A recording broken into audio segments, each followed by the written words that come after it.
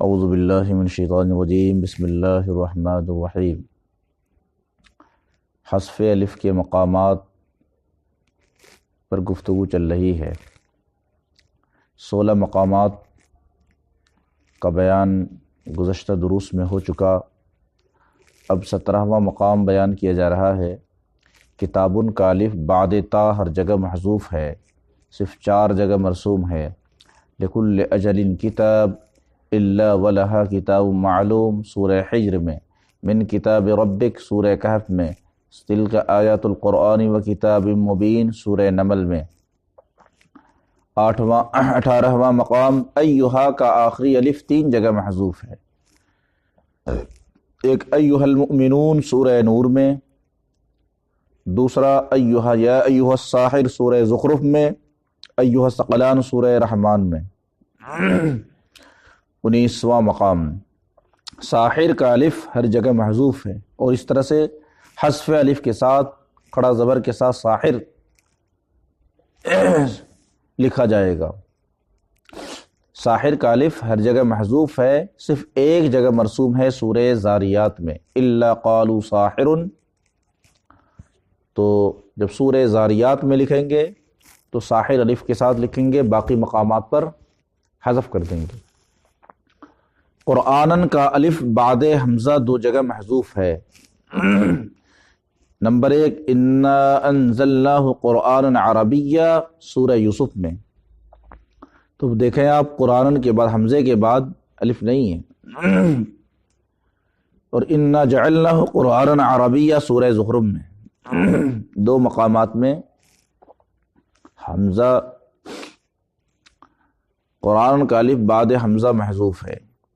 Number 21 میعاد کا الف ایک جگہ سورہ انفال میں فی المیعاد میں محذوف ہے، باقی ہر جگہ مرسوم ہے۔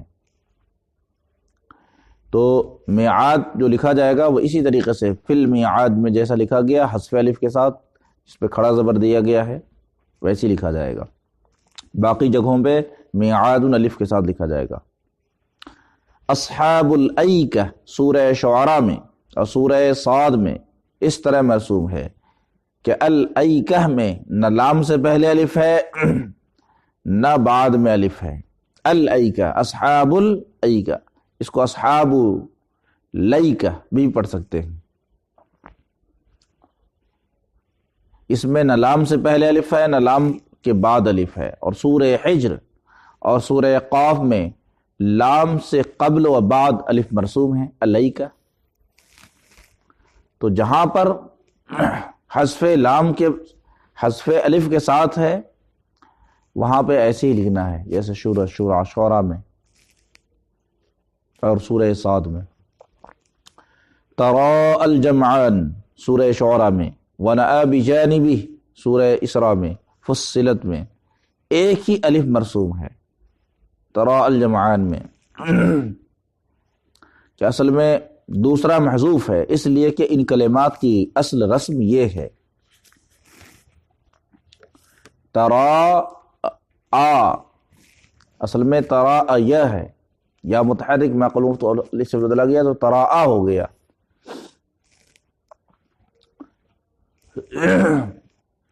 نآ دوسرا الف یا سے بدلا ہوا ہے، اس لیے اس کی جگہ یا لکھی جاتی ہے۔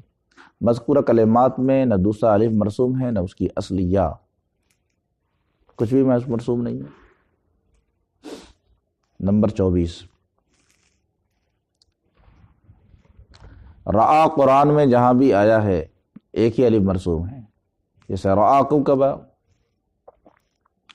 لام کلمہ کی جگہ جو الف بشکل یا ہوتا ہے وہ نہیں لکھا جاتا، خواہ اس کے بعد ساکن آیا ہو یا متحرک، جیسے رعاکم کبا، رعا ایدیہم، فلما رآہ، فلما رأى القمر، فلما رأى الشمس وغیرہ۔ استثناء مگر سورہ نجم کے 2 مقامات مستثنیٰ ہیں، ما کذب الفؤاد ما رأى یہاں الف یا کے ساتھ ہے، لقد رأى من آیات ربہ الکبریٰ یہ سورہ نجم میں ہی ہے، باقی مقامات میں را کا الف محذوف ہے۔ اسی طرح سورہ روم میں اساء السوء، السوء فعلہ کے وزن پر ہے، لام کلمہ کی جگہ حمزہ ہے، اس کے بعد الف بصورت یا مرسوم ہے۔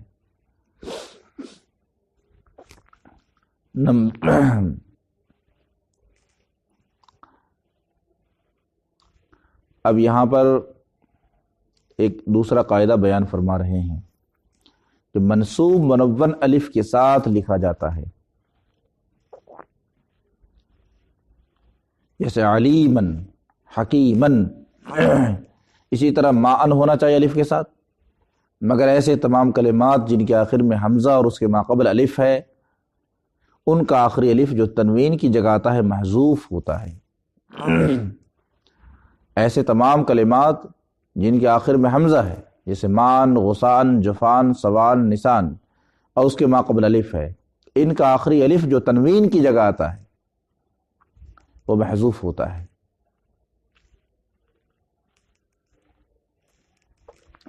جیسے مان میں، غسان میں، جفان میں، سوان میں۔ یہ قاعدہ نمبر 13 بیان فرما رہے ہیں۔ یہ بھی حذف الف کے مقامات ہی میں سے ہیں کہ منصوب منون، ایک قاعدہ بیان فرما دیا کہ منصوب منون الف کے ساتھ لکھا جائے گا، مگر ایسے تمام کلمات جن کے آخر میں حمزہ ہو اور اس سے پہلے الف ہو تو وہ اس کا الف محذوف ہوگا۔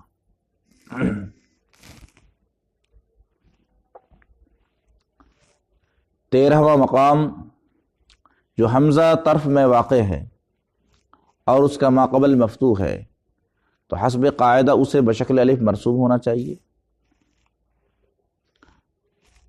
اب اگر وہ منصوب منون ہے تو ایک الف نصب بھی چاہیے، جیسے خطأن سے خطأ۔ اسی طرح اگر اس کے بعد الف تثنیہ ہو تو بھی 2 الف جمع ہوں گے، جیسے ان تبوآ، مگر دونوں صورتوں میں صرف ایک ہی الف لکھا جائے گا اور ایک الف کتابت میں محذوف ہوگا تاکہ اجتماع مثلین نہ ہو۔ اب سوال یہ پیدا ہو رہا ہے کہ کون سا الف محذوف ہوگا؟ وہ الف جو حمزہ کی رسمی شکل ہے یا الف نصب و الف تثنیہ؟ امام ابو عمرو دانی کے نزدیک الف نصب یا الف تثنیہ ثابت رہے گا اور اس سے پہلا والا حمزہ محذوف ہوگا، تو ان کے قول پر درجہ ذیل کلمات اس طرح مرسوم ہوں گے: خطأن، ملجأن، متکئن، ان تبوأ لقومکما۔ تو یہاں دیکھیں آپ، اس میں الف نصب کو اور الف تثنیہ کو ثابت رکھا گیا ہے اور اس سے پہلا والا جو حمزہ ہے وہی محذوف ہے۔ علامہ ابو الحسن علی بن محمد سخاوی کا مختار یہ ہے کہ الف نصب و الف تثنیہ حذف ہوگا، اس لیے کہ وہ طرف میں واقع ہے اور طرف محل تغیر ہے، اور حمزہ جزو کلمہ ہے تو وہ اس بات کا زیادہ مستحق ہے، تو وہ حمزہ کو ثابت مانتے ہیں اور الف کو محذوف مانتے ہیں۔ صاحب نصر المرجان نے دونوں حضرات کے موقف پر کلام کے بعد علامہ سخاوی کے قول کو اس بنا پر ترجیح دی ہے کہ امام جزری کے مصحف میں اسی طرح مرسوم ہے۔ اس قول پر مذکورہ کلمات اس طرح مرسوم ہوں گے: خطأن، ملجأن، متکئن، ان تبوأ لقومک۔ یہاں دیکھیں حمزہ ثابت ہے اور اس کے بعد جو الف ہے وہ محذوف ہے، مگر معن، ملجأن دونوں قسم کے کلمات پر علیمن، حکیمن کی طرح وقف الف کے ساتھ ہوگا اور معا اور ملجأ پڑھا جائے گا۔ فائدہ: آخر میں تائے مدورہ والا کلمہ جب منصوب منون ہو تو وہاں بھی الف مرسوم نہ ہوگا اور بحالت وقف تا کی جگہ ہا ادا کی جائے گی، جیسے رحمتن، نعمتن کو رحمہ اور نعمہ پڑھا جائے گا، بلکہ ایسے کلمہ پر جب بھی وقف ہوگا تو تا کی جگہ ہا ادا ہوگی، خواہ اس کلمہ پر تنوین ہو یا نہ ہو اور خواہ اس پر فتحہ ہو یا کسرہ یا ضمہ۔